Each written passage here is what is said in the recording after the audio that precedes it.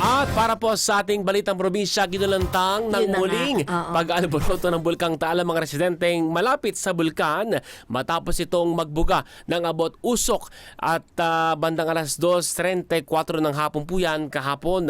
Ayon sa FIVOX, isang minor phreato magmatic eruption ang naitala na tumagal ng 4.5 minuto. Alamin pong karagdagang detalye sa report ni Kevin Pamatmat. Kevin!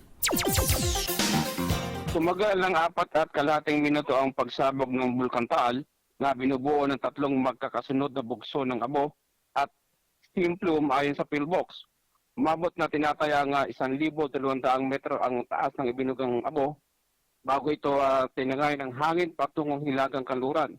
Sa kabila ng sunod-sunod na volcanic activity na natiling alert level 1, ang Bulkang Taal na nangangalunggang may mababang antas ng volcanic unrest. Mahigpit pa rin nga pinagbabaw ng PhilVox ang pagpasok sa permanent danger zone dahil sa banta ng biglang pagputok, pagbuga ng abo at volcanic gas. Paalala naman ng otoridad sa publiko na manatiling alerto, maging handa sa anumang posibleng pagsabog at aktibidad ng bulkan. Kevin Pamatmat, Newslight. Maraming salamat sa report na yan, Kevin Pamatmat.